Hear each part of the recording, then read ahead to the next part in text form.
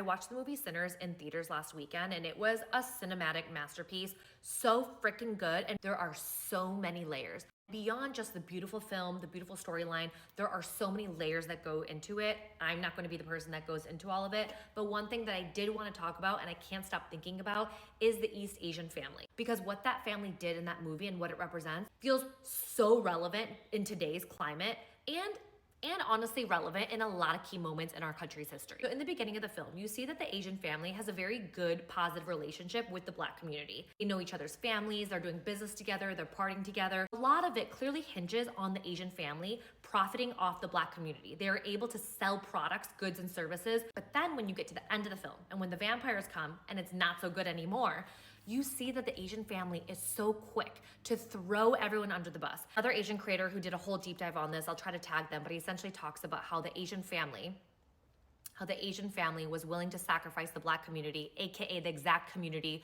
who was doing business with them, who was propping them up when things were good. And instead of standing in solidarity with them through good and bad, they are willing to sacrifice the exact people who helped them the moment they are disadvantaged. That one thing really made me think of the role that Asians have played in the history of our country and the way that we have been complicit in a lot of social issues. Of course, there's a lot of nuance and history and compassion I have for Asian immigrants and the reason why they did the things they did in this country to survive. That said, I feel like I can still be critical and see that the way that Asian Americans have really benefited from other Black and people of color advocating for rights in this country, and Asian Americans really leaning into their proximity to whiteness. It feels so relevant today with everything going on in our country and the way that I see Asian Americans, and I say this as a very privileged Asian American, the way that we are so complicit and worse, ambivalent to what's happening. There are other groups of people in the Asian community who aren't doing it, who aren't being complicit and ambivalent because of fear.